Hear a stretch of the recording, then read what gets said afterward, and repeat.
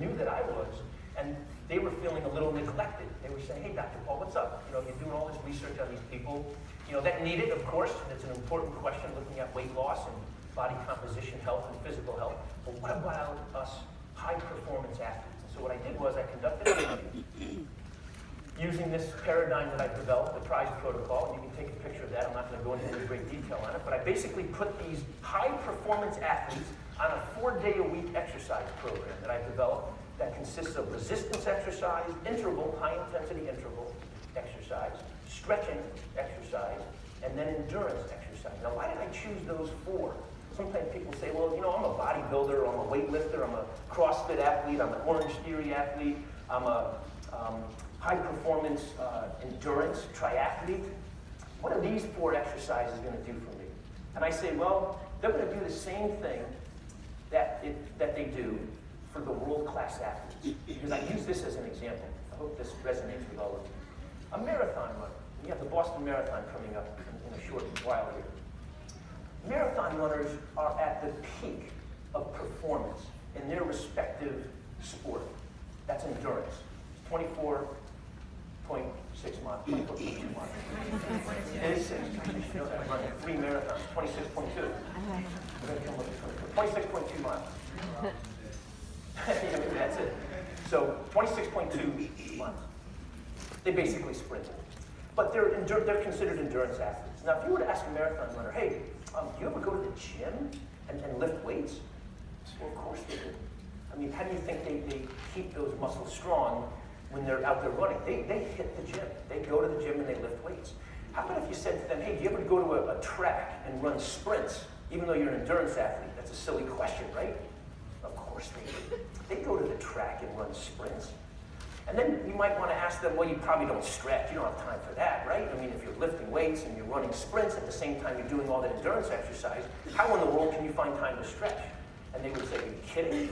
That's one of the most important things that we have to do to maintain injury-free. So the point here is that it's very naive and very old-fashoned to think that athletes at the highest level, I can do the same thing with hockey players, professional tennis players, professional football players, and how about professional basketball players? They all follow this model of this multi-component. If they didn't, they wouldn't be at the level that they're at. The old traditional model we take is simply on performance. If they're a football player, develop power and speed and strength and mass and neglect all those other things. They don't need it. They don't need to stretch. They don't need to go in and do an endurance bout of exercise. All they want to do is build mass. And that's why they ended up in the way they did, many of those athletes, injured and really suffering later on in life. So my point here is that the reason why these 4 exercises are where they're at is because that's what the current model of the most elite, successful athletes are following right now. So, prize is there, it's around, and it's not going to go anywhere. So, it's been written up extensively in previous studies, but I conducted this study using the isogenic performance system. This is V, and V, by the way, is just demoing it, but she's showing an example of a power movement. And she's a professional roller derby. She was a professional roller derby V. And you can see the results in the women. We had 30 women in this study, and these were highly fit women. Some of them were world-class rowers, they were runners, they were triathletes, they were professional roller derby. They got 5 times more upper body explosive strength, which is represented by that example right here. Huge. 2 times more upper body muscular endurance, 2 times more muscular core endurance, and their heart and cardiovascular system improved significantly. The men, the same thing. Clint is was a national power lifter, and you can see him doing the jump squats. He's a master's athlete now, but talk about explosive power. This guy was scared. He could almost jump through the roof. That was about 155 pounds he was jumping with on his back right there. So when the men followed the prize and consumed the isogenics performance system, these were the results, much like the women, compared to the same group of women doing the same exercise, but not eating the isogenics performance system. So we're taking, top-level athletes, having them do the identical exercise program.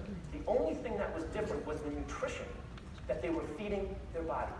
The only thing that was different was the nutrition that they were feeding their body. And these were the results. Now, it's really important. I give this example. In people that are untrained or sedentary, diseased, or not exercising regularly, they have an enormous threshold to go to get better, right? I mean, they have a high level of and degree of improvement that they can undergo when you introduce a healthy lifestyle. And that's what we saw in the weight loss study. They all got so much healthier because they were not very healthy. But with high-performing athletes, they're like up at this chandelier to the ceiling. Literally, they don't have a lot of room for improvement. The fact that we saw these results in these high-performance athletes due to solely the nourishment and the nutrition that they were taking in, that should be groundbreaking and moving for all of you in this room. That is taking the most highly fit people and showing that with just a single lifestyle change of nutrition, you can have these massive results. Just incredible. So again, these were published, these data were published in leading journals. They've been part of now leading position stands that are used to set the sport nutrition recommendations for 10 to 15 years down the road. So I think you should all feel really proud of that. Isagenix is in these 3 position stands that are put out by the International Society of Sport Nutrition. Isagenix research is part of that. That's cool.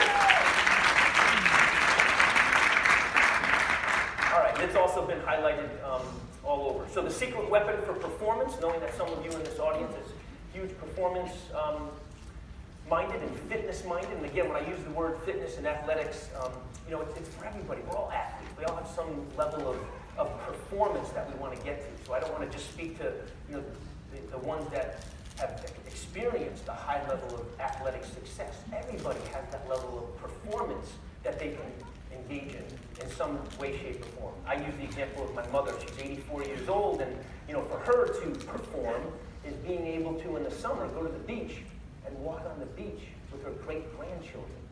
That, by the way, is performance. So, I don't want to speak to just athletes in here. I'm speaking to everybody. We all have that level of performance that we can attain.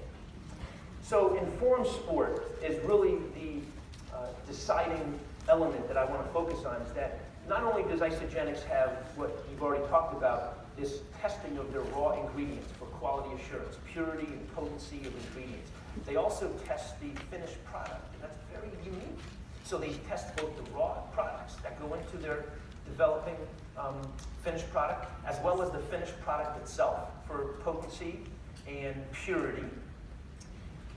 On top of that, the performance products have a third line of testing. I mean, imagine, that's actually a little bit crazy when you think about it.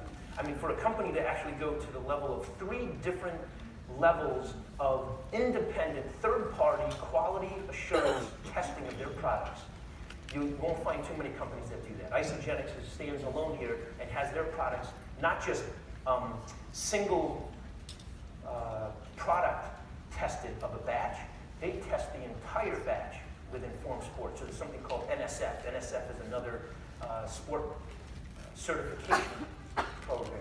And they take a single sample of a batch and test it for its potency and purity and absence of any banned substances. What Isagenix does is they submit an entire batch of a sample to informed sport, which is the highest level of scrutiny you can undergo. All right, so this is the protein pacing. If you want to take a quick picture of this, but this is what they followed in the performance study. So you can see they were doing Isoline Pro. They were taking the Knox. We had the Complete Essentials Daily Pack. And then they had another Isoline Pro snack, a healthy dinner. And then they did an evening one as well. So, we used to think it was taboo to eat after 7 or 8 o'clock at night. But for high-performance athletes, you really need that late-night feeding. All right, so I wanted to share with you just a surprise, and I wanted to ask you to keep this very on the low. So I just conducted and completed a study at the University of Pittsburgh. It's a leading research university in the country. And I was, again, supported with a research grant as an independent scientist, and I worked with colleagues of mine at the University of Pittsburgh. And I'm just showing you this. It didn't really come out as well as I wanted it to with the asterisks there that I'm seeing here. But we measured this in highly trained athletes, men and women, using the nitro. I don't know how many of you use the nitro, but I'm just going to tell you this. Love it. Yeah, Based on the research, it's a total game changer. So I'm just going to leave you with that. The other thing that I wanted to mention is you have the probiotics and the enzymes, and these are cutting edge. The research and the testing that has gone into these enzymes, into these probiotics, are state of the art. And I think you're going to all agree, if you've tried these are going to be, again, game changers with people that have any type of digestive issue or immune compromising. These probiotics and enzymes are going to be wonderful. So I just wanted to bring this full circle. So as I said, one of the things that I started with at the early part of my career was working with these elite, war-ready soldiers of the Army, these Green Beret Special Operation Forces. Well, I'm happy to report that I was just invited a week ago to conduct research on the Marines. And that, yeah, it's close to me. Thank you.